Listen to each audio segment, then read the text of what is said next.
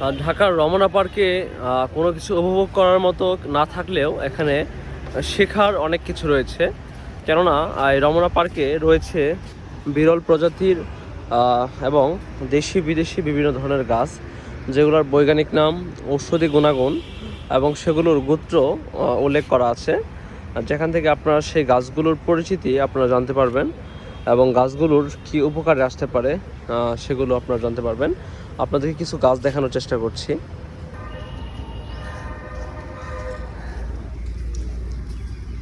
এখানে আপনাদেরকে করই, চন্দন, তারপরে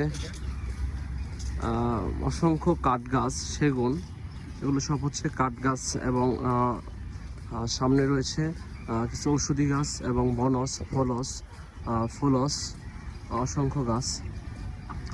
এই সাইডের সব হচ্ছে